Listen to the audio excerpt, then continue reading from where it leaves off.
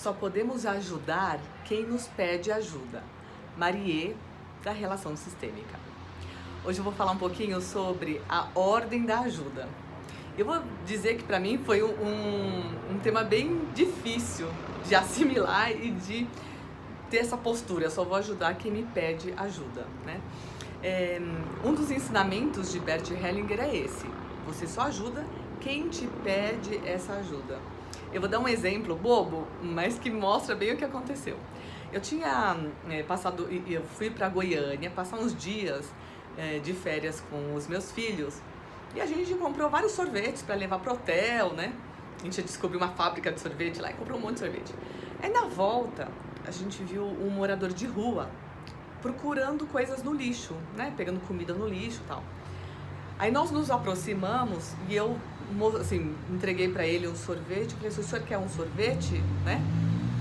Ele olhou pra mim, foi bem na minha cara, assim, foi se aproximando e falou assim: não! E virou as costas. Eu levei um susto. Na hora eu lembrei da ordem da ajuda. Eu falei: gente, você não aprende mesmo, né? É isso, né? O que eu fui fazer lá? Né? Ele não me pediu ajuda. Fui de intrometida, só porque ele tava lá pegando comida, procurando coisas no lixo, ele não me pediu, né? Então, pra mim esse é um exemplo bobo, mas que mostra muito essa questão.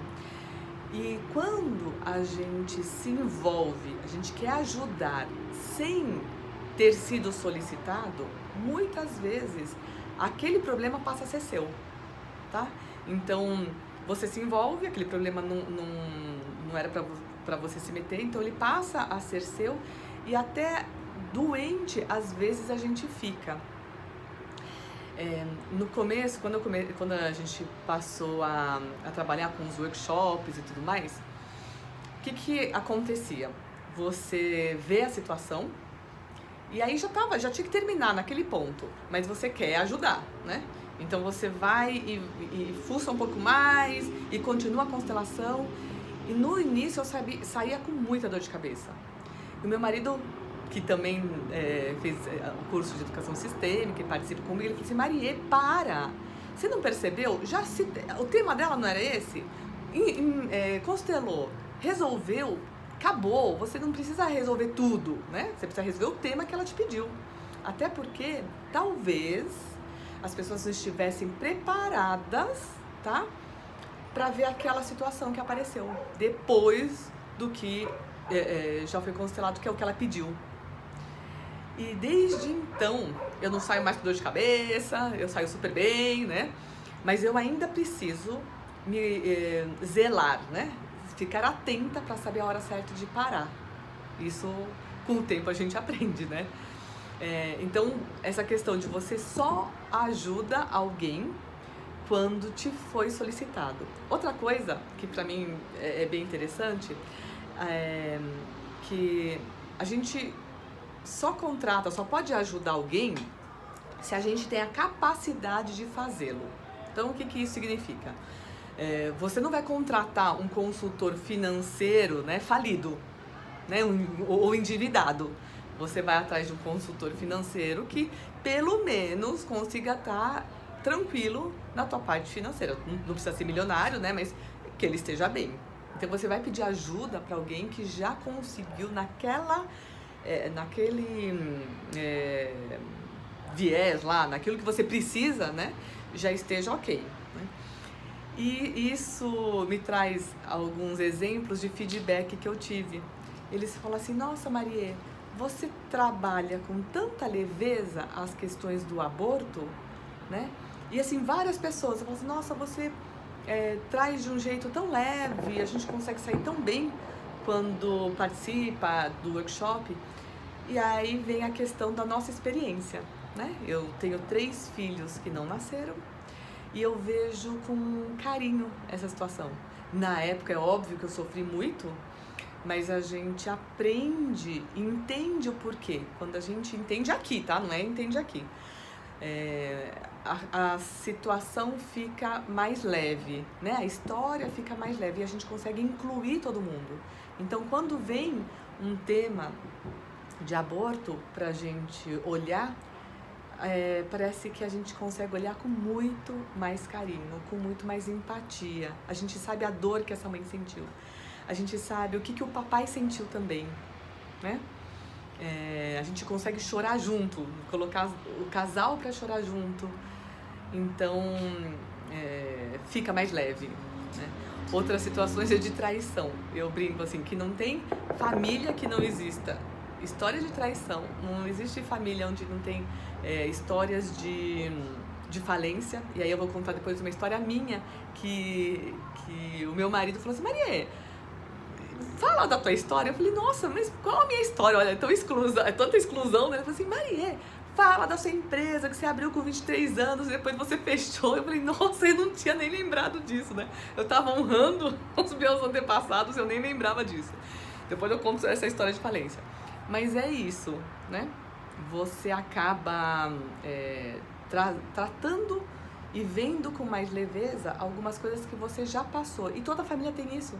Toda família tem pessoas que ficaram endividadas, pessoas que traíram, situações de adoção, né? Tanto crianças dadas quanto crianças adotadas, e aí você percebe tudo isso. Então a gente acaba conseguindo, com essa ordem da ajuda, então quando as pessoas nos procuram, aí sim a gente consegue fazer um bom trabalho. E como a gente fortalece o ajudado? Com admiração, tá? Porque às vezes fala assim: nossa, mas isso é muito pesado. Mas é pesado para quem? Para você, que não tem estrutura para vivenciar aquilo? Porque aquela pessoa que veio te pedir ajuda, talvez sinta que tá tudo certo. Para ele não é pesado. Como faz parte do que conecta a família dele, como essa história faz parte do que conecta a família dele, não é pesado. Até você consegue, por amor cego, muitas vezes continua repetindo um padrão, mas ele leva com leveza. Esse que é o amor cego que a gente já falou algumas vezes, mas assim, este é o amor cego. Você passa por uma situação que pra você que tá vendo parece ser pesado, mas pra ele não. Pra ele tá tudo certo, né? Então você olha com admiração, do tipo: eu não aguentaria, mas você é forte. Eu olho com admiração a tua força para levar essa situação, para conduzir e ver esta situação, né? E aí quando você olha esse destino difícil e admira a pessoa que consegue conduzir essa história difícil, né? Esse destino difícil, e olha com essa admiração, você fortalece essa pessoa. E quando você olha com dó, você fala: ai, que dó, né? Aí você enfraquece essa pessoa, tá? Então, lembrando só da ordem da ajuda, porque eu sei que muitas pessoas tendem a querer ajudar e falar: vai lá constelar. Não manda a pessoa constelar. Você só vai falar pra ela e buscar ajuda se ela quiser ajuda, né? Acho que a gente tem que ter esse critério, sabe? Esse senso de ajuda, né? Nessa ordem da ajuda, porque às vezes ela não está preparada, né? Então é muita conversa e ver o quão preparado ou preparada essa pessoa está para querer também mudar. Tem um vídeo que eu já divulguei e eu acho interessante todo mundo dar uma olhada, que é para quem serve a constelação. Para quem serve? É para quem sente aquela saudade inexplicável, é uma tristeza, que quer mudar, né? Mas que consegue perceber e se autorresponsabilizar. Aquela pessoa que acha que é tudo porque os outros, né, fizeram, ou porque o outro vai resolver a minha situação, não vai nem adiantar. Essa é a ordem da ajuda, né? Eu só ofereço essa ajuda, indicação, o que for, se a gente perceber que esta pessoa busca um autoconhecimento, busca a mudança em si e não fora dela, no outro. Agora eu te vejo. Marie, Relação Sistêmica.